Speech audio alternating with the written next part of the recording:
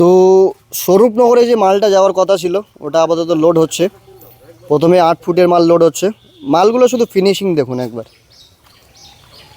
আর আমরা তো 15 বছরের গ্যারান্টি দেই অলরেডি। তো প্রথম মাল যেটা লোড হচ্ছে সেটা নিয়ে যাচ্ছে। ওটা ধরে থাকবে নাকি পারবে? এগুলো আমাদের আজকে সকালের স্টক। দুপুরে পরে একটা ভিডিও বানাবো কতটা স্টক পড়ে আছে সেটা আপনাদের। Finally van loading complete. মালটা এবার যাবে স্বরূপনগরে। ভ্যান একটু পরে ছেড়ে দেবে। এই সামনে দেখো, সামনে দেখো, সামনে দেখো।